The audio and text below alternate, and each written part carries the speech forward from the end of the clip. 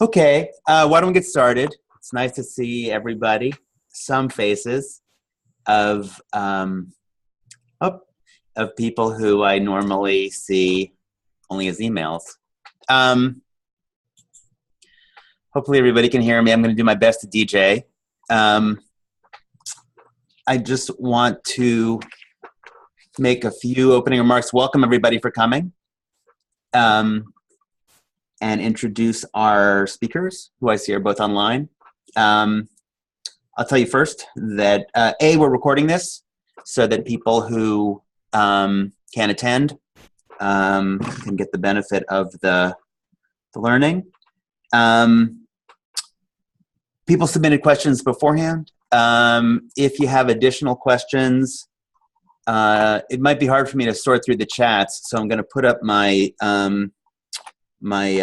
you could text them to me. And when we finish, in theory anyway, I will have beautifully edited and put together all the questions for our presenters. So you could text them to me at that. Oops, I sent it to the wrong place. Hold on. I'm so good at this. Okay.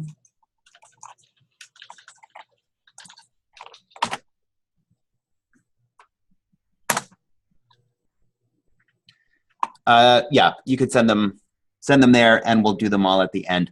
Let me get out of your way as quickly as possible. I'm Martin Kaminer. Thank you for coming. I want to introduce both of our speakers. First, we're going to hear from Seth Marnin. Seth was most recently Vice President for Civil Rights at the ADL, where his areas of responsibility included discrimination, First Amendment rights, LGBT issues, bullying and cyberbullying. Before that, he was an associate at Outten and Golden, where he represented employees and employee classes in litigation and negotiation in all areas of employment law. He's been extremely generous in doing numerous workshops and webinars for us, and I'm glad he's here again. Really, for me, the most important thing is that he has prophetic insight into the workings of the two agencies, the New York City Commission on Human Rights and the New York State Division of Human Rights, who are preparing to implement these new regulations in ways that the rest of us still find opaque and inscrutable. So he has, I believe, we'll see, unique insight into the mind of the bureaucracy. So he'll speak for, we'll see, I'm using up his time right now.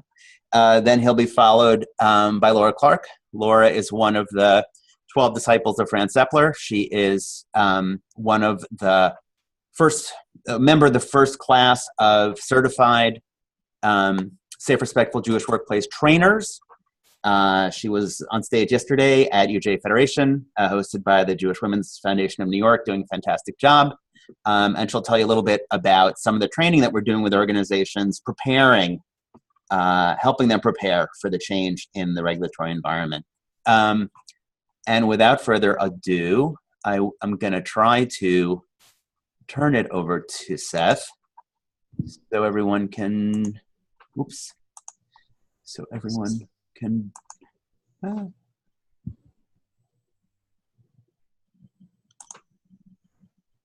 where'd you go, Seth?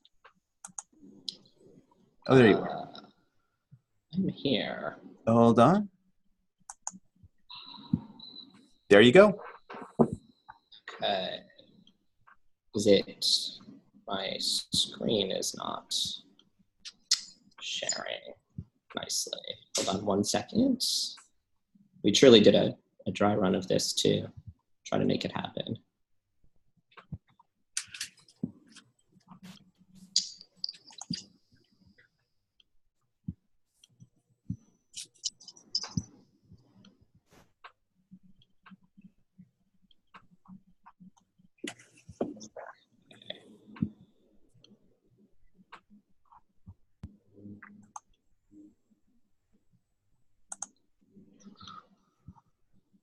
One more time. There we go. Ta-da! Okay, let me just. Okay, are we in? Mm-hmm. Excellent. Okay, thank you so much, and I appreciate your patience. I'm going to share information with you. I appreciate your kind words, Martin, and thank you for pulling this together. In terms of unique insight, I'm not sure. I know what I know. There's a lot. There is a lot that I know, and there's a lot that is still kind of to be determined. But I'm going to go through the updates. Many of you, if not all of you at this point, know that this past spring, the governor of New York and the city council, with the approval of the mayor, have amended city and state law to address sexual harassment. And a lot of these efforts were spurred on by the Me Too movement broadly, and efforts to improve and bolster sexual harassment laws in the state, and other states have been following suit. So as an initial matter, state law applies to all organizations that are doing business in New York State, and New York City law applies to businesses, organizations doing business in the city. It is sort of a default that if you are doing business in the city, you are also simultaneously doing business in the state. And so if you are an organization that is operating in the city or doing anything in the city, frankly, even if you're not headquartered here, both the state and the city laws would apply to you. Let's see. There we go. So we're going to start with New York City law. And this is effective immediately, which is actually going back to the spring, to May. But effective immediately, the way that the law works, anti-discrimination law works up until these changes, is that the city law applied to employers who had 4 or more employees. Now, the part of the law that addresses sexual harassment will apply to all organizations regardless of their size. So even if you have 1 employee and 1 intern, the law will now apply to you. Similarly, effective immediately, the statute of limitations, which this is the time within which someone would have to raise a complaint with the commission, has been extended for sexual harassment from 1 year until 3 years.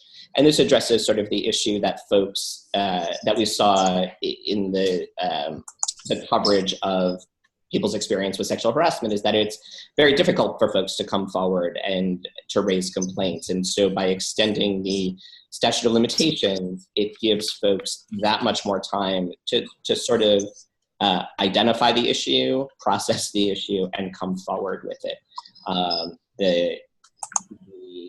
The federal law remains in New York 300 days, but the city law has changed from 1 to 3 years.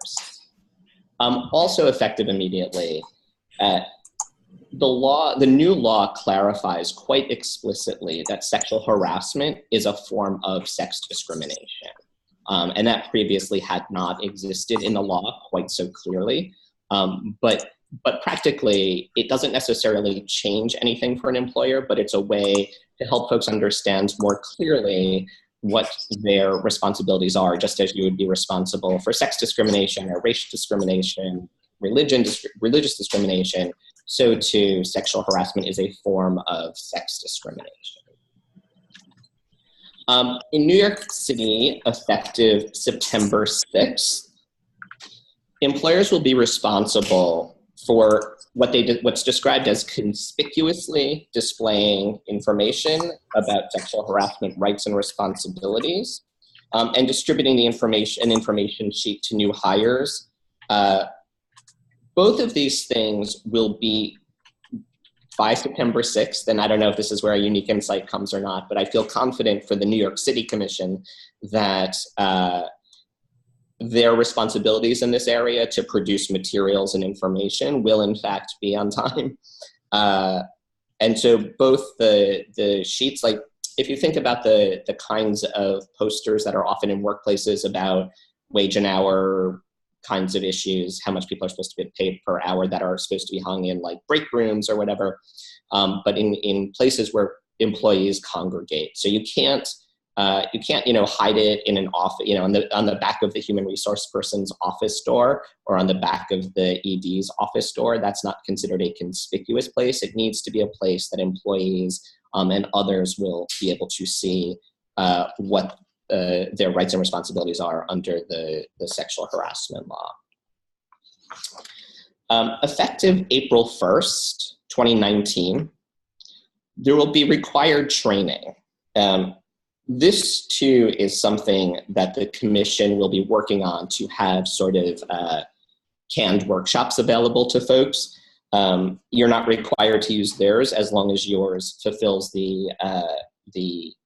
all of the requirements of the training. And so for the training requirements, employers with 15 or more employees, and this includes not just your full-time employees and your part-time employees, but also your interns, and basically anybody who sort of looks like volunteer workers potentially can be counted. The law is not yet entirely clear on that, but it doesn't necessarily require,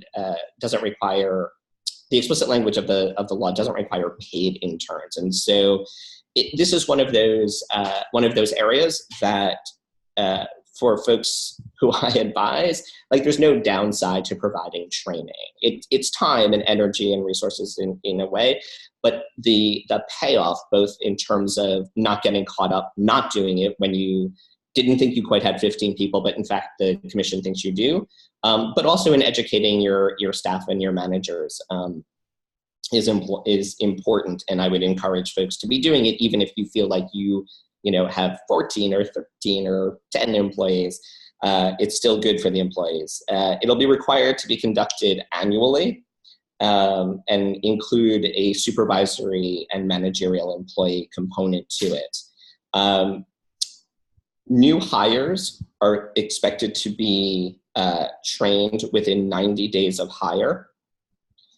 And you're going to be required to keep training records for 3 years. And in those training records, you'll need to include both like when you did the training, but you're also going to need to have employees sign acknowledgement forms that they have completed the training.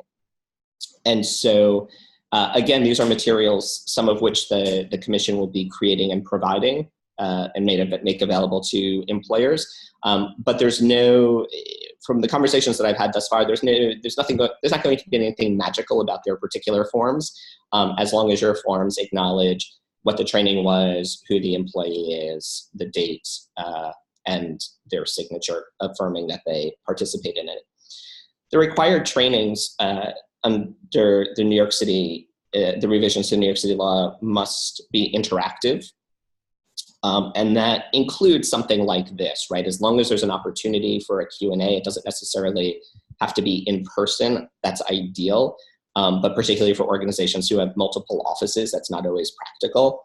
But what it can't be is the kind of canned workshops that are recorded and then you press play and then people sit and watch or don't. It has to be able to be interactive. It will need to include an explanation of sexual harassment, and specifically that it's a form of sex discrimination under state, local, and federal law. A description of what sexual harassment is using examples, and examples that are accessible to folks.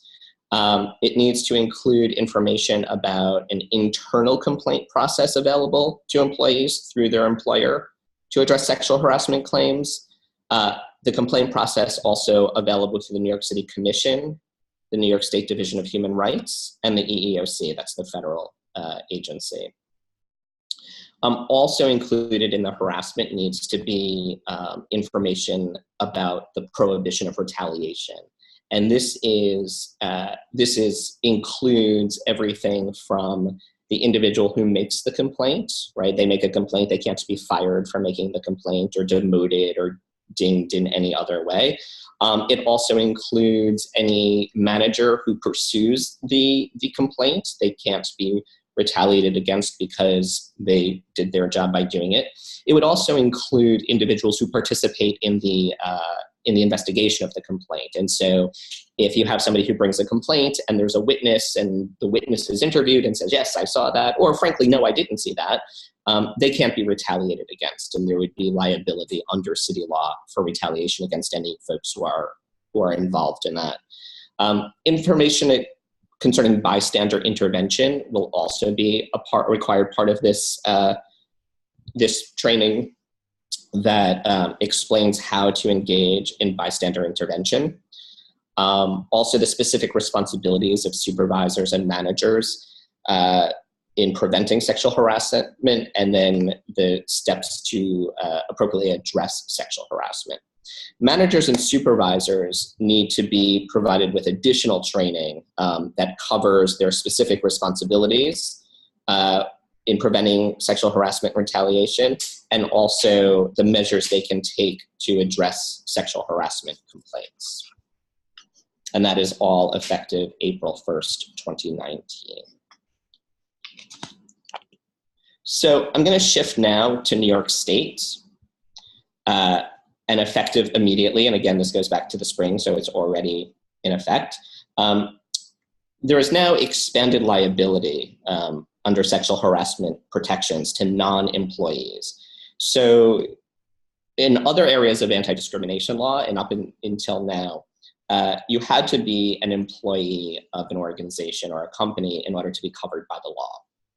And so what that meant is that if you were an independent contractor, if you were a consultant, and you were sexually harassed by staff in an organization or by an ED or anybody from the organization, the organization was essentially immune from liability because the law only applied to employees.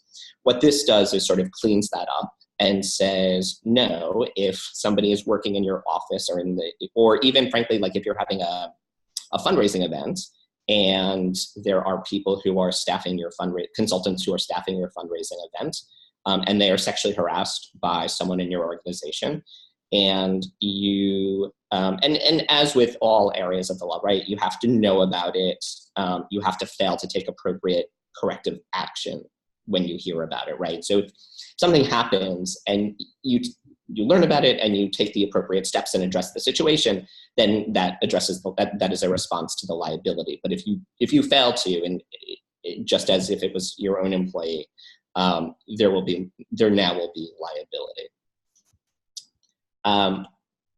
Effective July 11th, which, when we first started talking about this seemed, far, far off, but that's just a couple of weeks from now. Non-disclosure provisions in settlement agreements are prohibited. And so what that means is that when an employee, if there's a case of sexual harassment and the employee, it's, untenable for that employee to stay, they end up leaving, there's some severance agreement.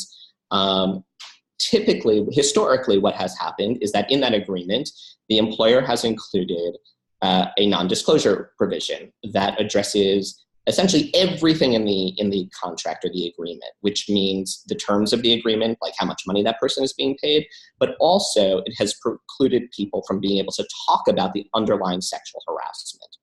And what this provision does is make it so that if an individual, that the employer cannot require the employee or now former employee, can't silence that person. Right? You can't say, you can't talk about the terms, the things that happened that compelled you to leave, right? It can still say, you can't say how much money you got or how much, that the employer is paying COBRA or any of those other things, but the individual can't be prohibited from discussing the underlying sexual harassment. With that said, the individual themselves can say, I want this in here, right? I don't want anybody to talk about it. I don't want anybody to know about it. I don't want to talk about it.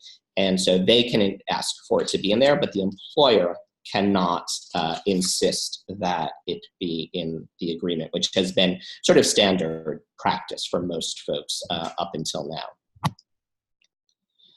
Similarly, effective July 11th, mandatory arbitration clauses concerning sexual harassment are now prohibited.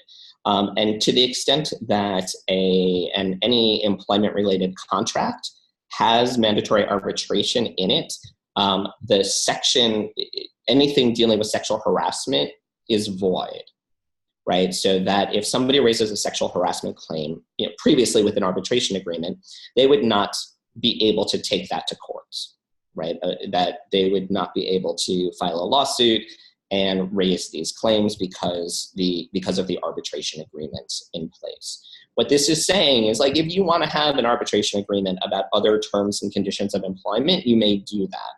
However, sexual harassment has to be carved out so that an individual could pursue that through the commissions and through courts.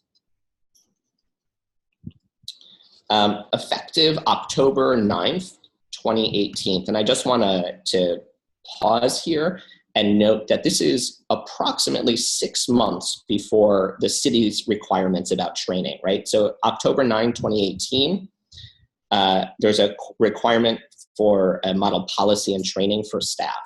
And so practically speaking, your best bet is to, your training and policies that you need to have in place, use the earlier date, right? Because again, sort of what I started off with, like if you're in New York City, you're also in New York State. And so you should not wait necessarily for the city law to kick in on the area of training. The requirements are slightly different. They're not entirely identical, but if you sort of look at them together, they cover largely the same things. And it certainly is possible to have one training that addresses both the requirements of New York State and New York City, but sort of key into this October 9th date for the training piece of it. So, and with that said, the New York State Department of Labor and the Division of Human Rights are responsible for creating model prevention policies and model sexual harassment prevention training programs. Unlike the City Commission, I think it would be fantastic if they make this date. However, I wouldn't put a lot of money on that in my experience with these agencies, that they're not as efficient as the City Commission is under the current leadership. So all New York employers will be required to adopt a model policy and training program. And again, they can use the one that is promulgated by the state or use their own as long as it meets the requirements of the training. So for the policy, a sexual harassment policy needs to prohibit sexual harassment, provide information about state and federal law. This is one of those areas with the training that you need to include city law. And so if you are in New York City, you should also include the city law in your policy. It should include a standard complaint form and a procedure for filing confidential complaints that ensure due process for all parties, right? So you should, in your policy, what this is seeking is to make sure that employees can find and understand and are aware of what happens if they experience sexual harassment, right? Who do they go to? What form do they have to fill out? Where can they find that form? Is it in the, on the website? Is it in the internal drive? Where can they get this information? It has to inform employees of their rights and available for adjudicating their rights. And again, that's city, state, and federal commissions. It also has to clearly state that retaliation is prohibited. And again, whether it is the individual complaining about sexual harassment, whether it is somebody who is investigating sexual harassment or a witness, just any part of a proceeding. State affirmatively that sexual harassment is not only prohibited, but that there will be consequences that are enforced against individuals who have been found to be engaging in sexual harassment. And that it's against, that managers and supervisors who fail to address it appropriately and knowingly allow it to continue will also be held accountable for that behavior or lack of behavior, as the case may be. And also to indicate that retaliation is prohibited.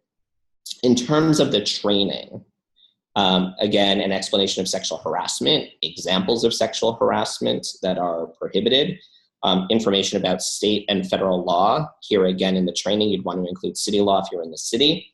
A section addressing conduct by supervisors and additional responsibilities for those supervisors and managers, and information about employees' rights and all available forums for adjudicating the complaints administratively and judicially. And you can sort of hear, there's a great deal of overlap between the two, between the state and the city law, but those are, and the city law doesn't require a policy quite so explicitly, but I think that it, I don't want to say it goes without saying, because nothing goes without saying in this context, but having a policy really is a key feature, even if it is not explicitly required. We're going to hold off, I think, Martin, you can shake your head. We're going to hold off on questions until the latter part of the presentation. So I am going to hopefully stop. I think it's done, yeah? I should share mine. Yeah. Hi, everyone. I'm Laura Clark. Thank you for the introduction, Martin. And every time I hear Seth do this presentation, I find new things that I didn't write down the first time. So I am going to share my presentation, and I'll be telling you a little bit about the safe and respectful workplace training, if all goes well. Is everybody hearing me and seeing the screen? Okay. So there we go. We are calling it the Safe, Respectful Jewish Workplace Training, and it's made possible with the partnership of the Jewish Women's Foundation of New York and the Good People Fund, who just, as Martin explained, trained a cohort of us, the bulk of us here in New York City. We have one person out on the West Coast, and a person in Atlanta, a person in the Midwest. And this training is different than just purely how do you avoid liability. Abraham Joshua Heschel described righteous justice, which is different than just simply justice. Righteousness goes beyond justice. Justice is strict and exact, giving each person their due. Righteousness implies benevolence, kindness, generosity. Righteousness is associated with a burning compassion for the oppressed. So we're assuming that Jewish organizations would like to deal with this in a different way than simply avoiding liability. So the Safe, Respectful Jewish Workplace Training is different than harassment prevention training. The training is developed by Fran Sepler, who created the training for the EEOC, the federal division dealing with safe, respectful trainings. And she included in their training the similar things that we are doing that happen to dovetail well with Jewish values, because she finds that these things are not only important ethically, but that workplaces can prevent liability and can be more high functioning by, she calls it lowering the bar, which is a little confusing to me, because I want to think of it as raising the bar of what are our expectations, but lowering the bar of what's unacceptable. So stopping well beyond what's illegal or actionable. This training is compliant with all the New York State and New York City and EEOC requirements, but it does look beyond what's required by the law. And it's broader in its ethical scope, that concept of righteous justice. And Fran trained on certified all of the trainers that are currently providing this training in New York City. It's specifically for the Jewish community. It's not something that is unique to the Jewish community, this need for this kind of training, but there are some unique circumstances in the Jewish community. And I already described that this spring there were the first set of trainers were certified. 24 Jewish organizations are now trained or in the process of finishing their training. And one of the things that this training does that is different than a standard training might be, is that it thinks about the particular ways in which Jewish organizations are interacting in the world. And we know that it's not just employees, that you have congregants, that you have volunteers, that you have program participants, that you have donors, and that each of those brings along unique challenges along with the benefits. This training also recognizes that small organizations may not have HR departments. So what is your method? That organizations still need to have a policy set in place for people to raise complaints and issues internal. And that Jewish organizations are often operating, for better or for worse, like deeply interconnected families or friendship circles. And that doesn't happen as often in other places where you're not only working together, then you may go to shul together, or you may belong to your children may be at a Jewish daycare, they may be at a Jewish after school program, they may go to summer camp together. How do we welcome equitably and integrate new folks and people of different backgrounds into our organizations? How can we make them feel like they're part of our family?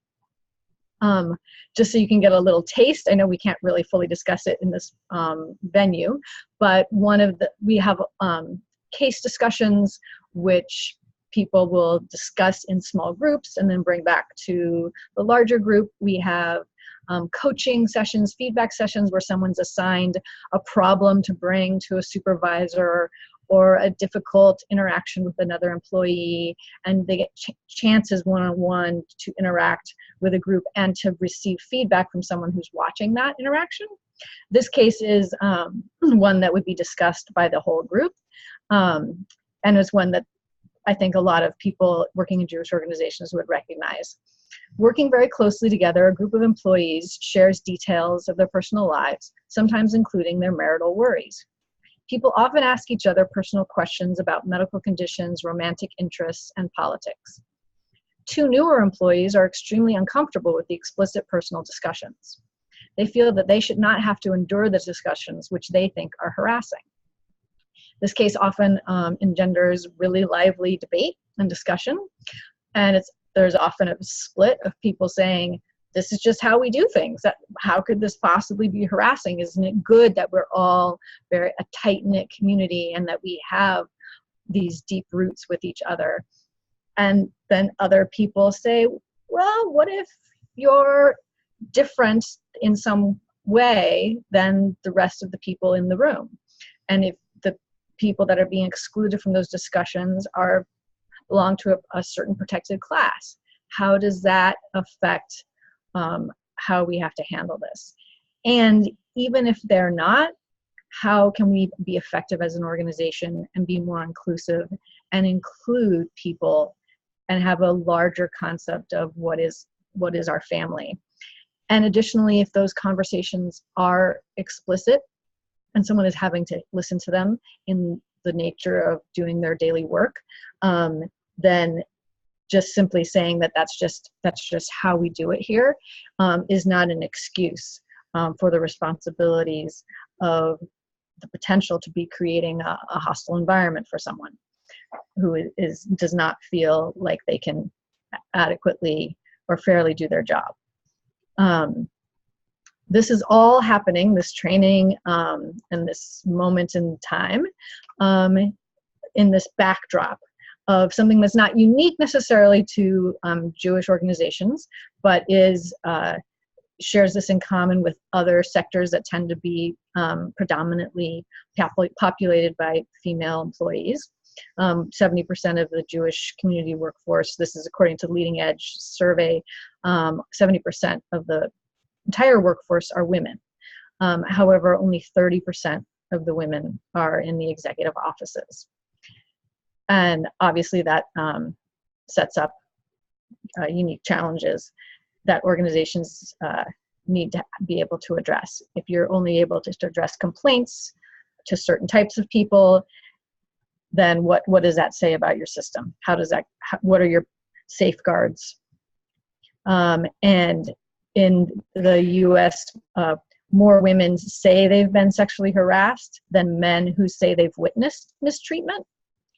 And obviously not all mistreatment is public, and not all mistreatment is to women. So we can put in place there and presume that it's a relatively similar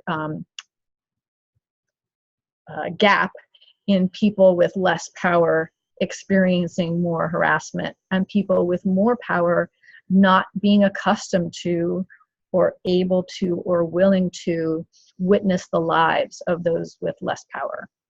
And what can organizations do to help close that gap?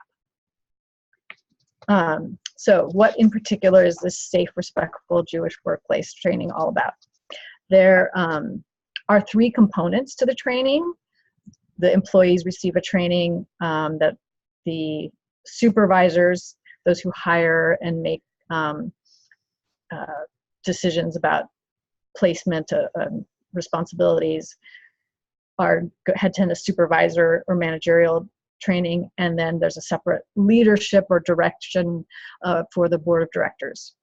And I'll go through the details of what is in each of those trainings, but I kind of like this description that Rambam claims that all of the commandments, all 613 of the commandments, exist either to communicate a correct opinion, put an end to an unhealthy opinion, communicate a rule of justice, ward off an injustice, to endow people with a noble moral quality, or to warn them against an evil moral quality.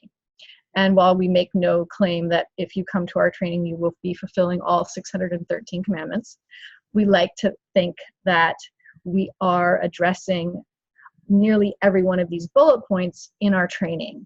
We're trying to provide people with the information that they need to understand the laws, to rethink things from a different perspective, to give them the tools that they might need to step in to prevent injustice and to be, we talk about bystander behavior and stepping in and stepping up.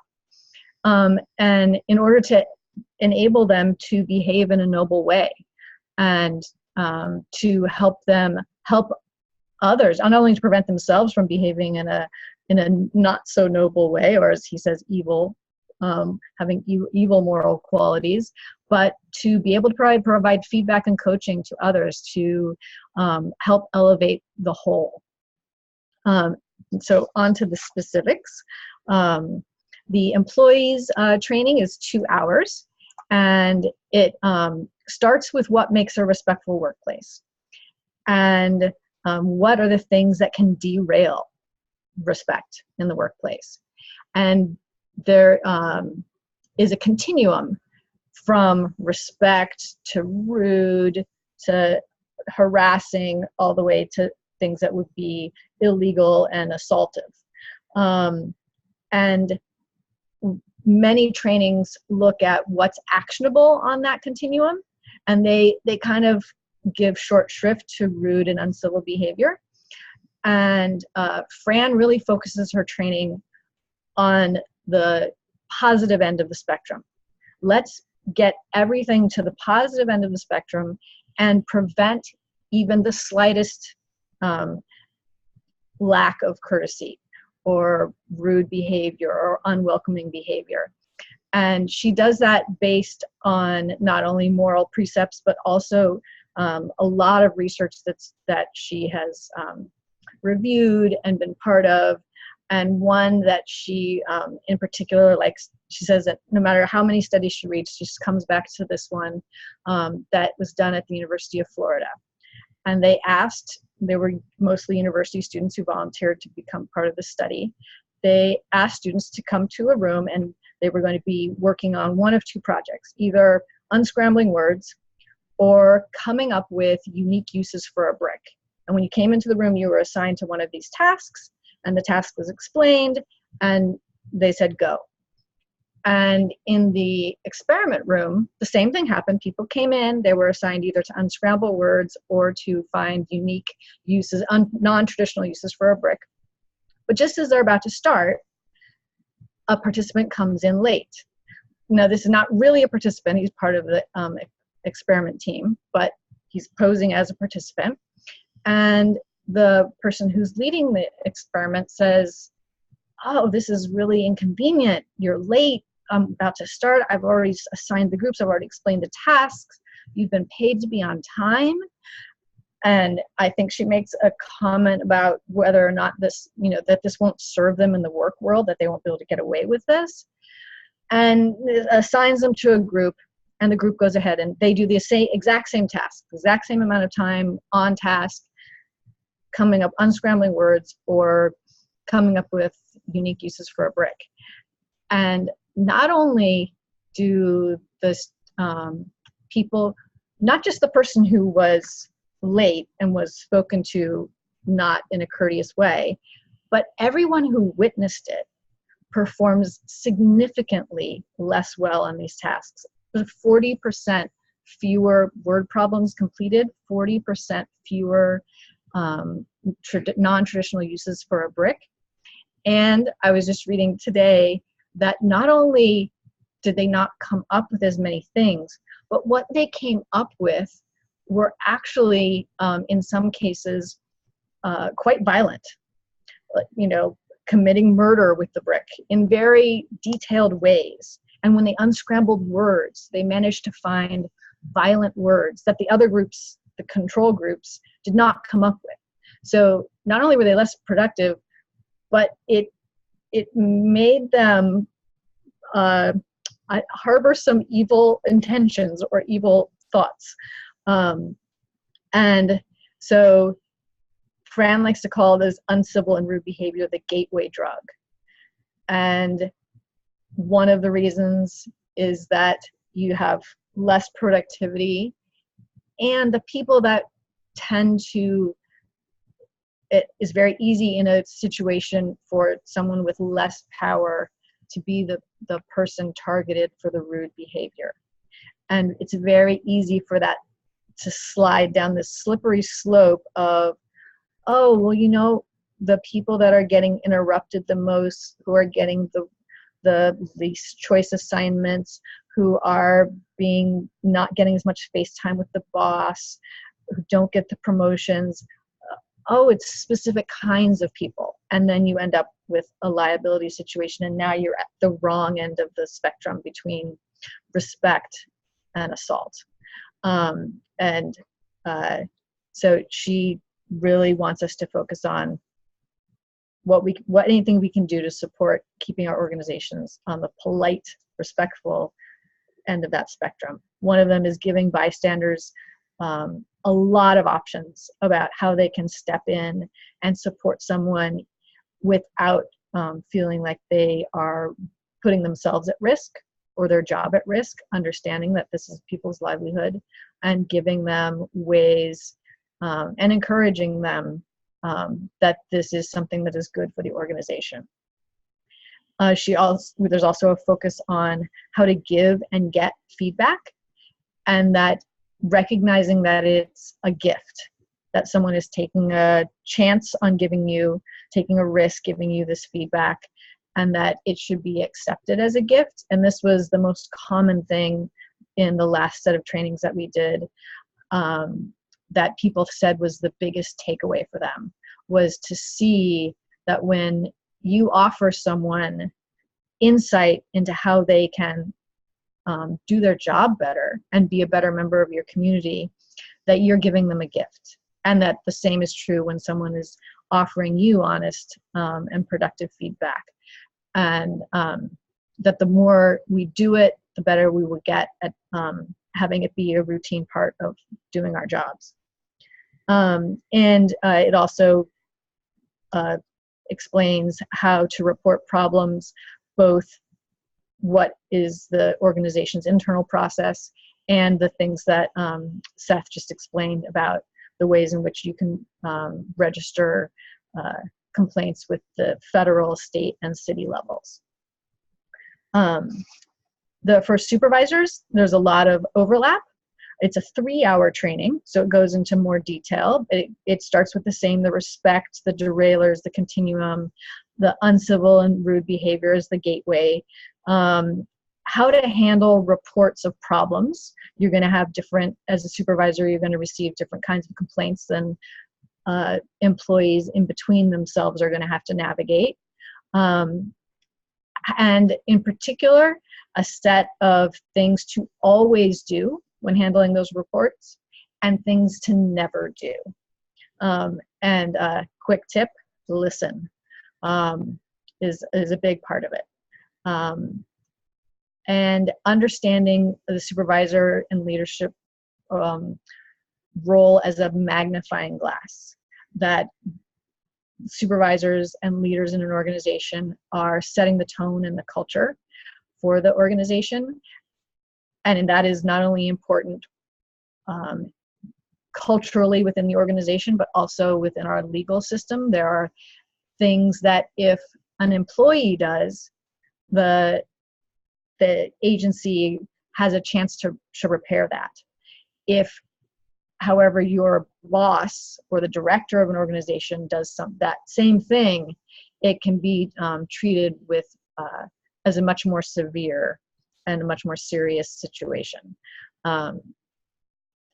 And also talking about the legal responsibilities of supervisors to respond to behavior that they see, and giving them specific guidelines for how to coach someone for improvement. Very similar to what is told to the employees about giving and getting feedback, but with a little bit more of a sense of how to guidelines for helping, because it is your role as a employer to help that person fulfill their job in your organization. And the final, also how to report problems, that they are also informed in the same ways of both inside the organization, who can they report to, and also outside, federal, state, and city reporting. For the board, the training is a 1-hour training talking about the workplace culture and the board's role in that, going over all of the things that have been discussed with the other groups in a more general way, but specifically focusing on their role in setting tone and culture, particularly their ability to magnify when they are the face of the organization, if they let something happen, and their legal responsibilities as the board, and their role in ensuring that an organization has policies that make workplaces safe and respectful and set out. There are some things that would not be illegal, but if an organization says this is against our policy, it's easier for them to guide an employee towards proper behavior or to act on it if the behavior is not changing. We ask that in our coaching model, that people are asking employees to correct a behavior and showing the gap between the behavior and the expected standard. If an organization doesn't have an expected standard, it's very difficult to show the gap that the employee is not meeting. And if an organization doesn't have a policy about whether or not its development people can go out at night and meet alone with someone where there's alcohol involved, and then there are problems that continue to occur in that sort of situation, that is something that that's the board's responsibility to step in, and that shouldn't be happening. Just this week, there have been 2 articles about this training program. Just to wrap up, in the New York Jewish Week, our trainer, Sarah Chandler, talked about her experience in this training, being trained and training other organizations. And her description of the program was that if you're interested in more than protecting your institution against the liability, i.e. treating each other with dignity and creating a safe and respectful workplace, we can help. And in the Jewish Week also this week, one of our certified trainers, Ariel Vagosin, who's out in San Francisco, wrote an opinion piece about her work as an LGBTQ inclusion trainer, and her pride in adding to her already really impressive work, being certified in leading these safe and respectful workplace trainings. And she describes the trainings in this way, that the training curriculum is designed to stop sexual harassment before it starts, way before it starts. If you are interested in getting more information about this, not that Martin would ever let you not get more information about this, but you can go to bekavod.org, and you can read about, there's bios of the trainers, there's all these details that I gave about what each training includes, and other resources that Martin has set up on that beautiful new website. And just as a thought to leave you with on the Pirkei Avot, Rabbi Eliezer said, "Other people's dignity should be as precious to you as your own." And I now turn it over to Martin. Thank you, Laura and Seth. We received a couple of questions, which I think are here. Wait, what did I do there? Which I think are primarily for Seth. So let me put him back up, and hopefully I did that right. And hopefully we can hear you and you can address them. Can you hear me? Mm-hmm. Excellent. So the first question related to, and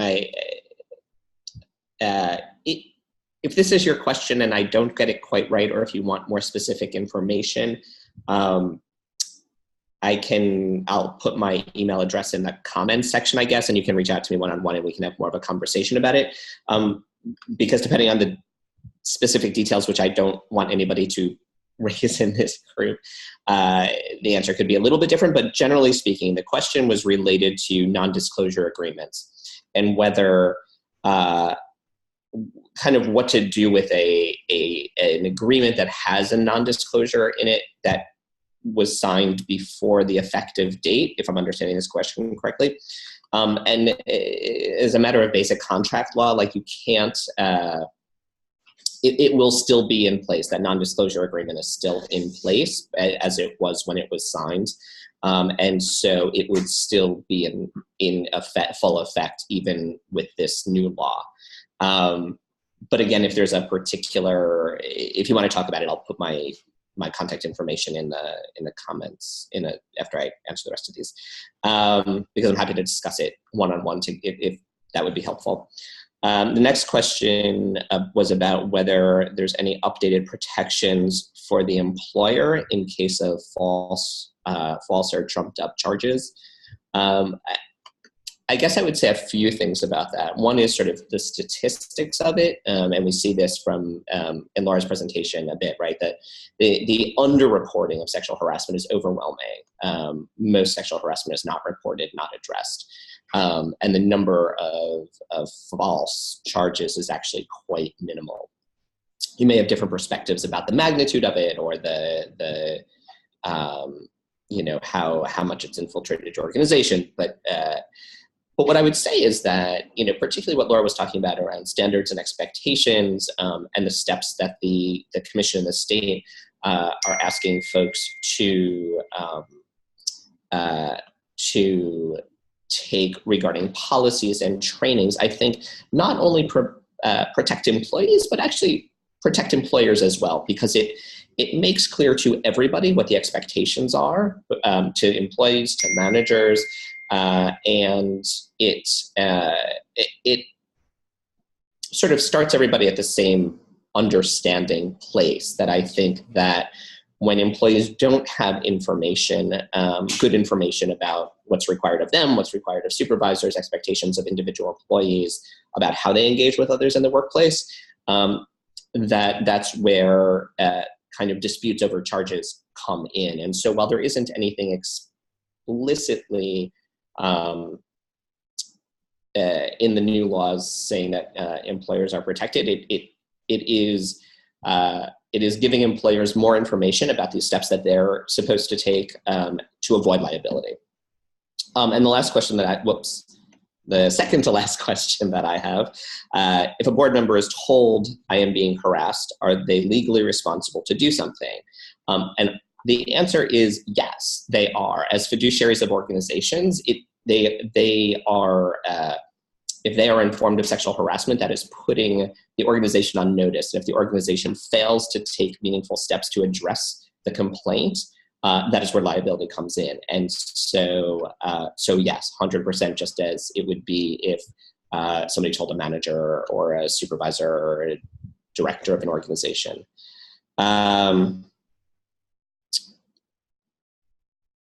Are the hours of training mandated or the recommendation of the Jewish Women's Foundation and the Good People Fund? Does the law apply to synagogues and day schools? There's no, in the new laws, there's nothing specific about numbers of hours. It doesn't say you have to have 1 hour, 2 hour, 3 hour. I'm gonna answer the second question, I think, then give it to Martin or Laura about the recommendations of the Jewish Women's Foundation. But in terms of whether the law applies to synagogues and day schools, yes, absolutely, it does, as employers. There are exceptions in non-discrimination law for religious employers, and so the Orthodox yeshiva can't be required to employ a woman rabbi, for example, and you can't, if you're not Jewish, be the rabbi official, those kinds of things. But when it comes to sexual harassment, they are still employers.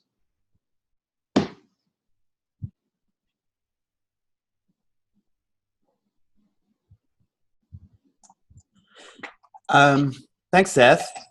I think it's me again. Hold on. And I'll just pick up on that. No, those first of all, as we've discovered this week, those hour figures can be, we should put a slight cultural exaggeration factor on those. They're actually a little longer if we allow for adequate discussion. But no, those come from the curriculum, not from the law itself or any other source like that. I was just going to follow up for folks with a particular interest about synagogues and in particular about clergy. We've put together some very good material about the extremely complicated topic of ministerial exception. People are familiar with that. So anybody who'd like to see that, who's involved with employment law and rabbis and keeping them safe, happy, and respectful, should let me know. Okay, I see it's 2:00. I want to thank everybody for coming. I want to thank the two presenters for the work they put into this and the knowledge that they shared with us. People are muted but clapping, you can see. I will circulate contact information afterwards. If people have questions that they weren't able to ask, you could certainly send them to me. And as you can tell, Seth and Laura are happy to address them. For folks who said that they're interested in some of the services these folks provide, we'll be following up with you. Oh, there you go. So Seth put his email right there up on the chat. But you're welcome to send me questions. I'll forward them to him. And I really want to thank you all. Many of the folks here have been advocates, supporters, hosts, sponsors, all sorts of things. And it's we're at the start of a journey that we're all on together to a safe, respectful Jewish community for all of us. Okay, thanks. Let me wish everybody a Shabbat Shalom, a beautiful weekend, and we'll be in touch. Thanks.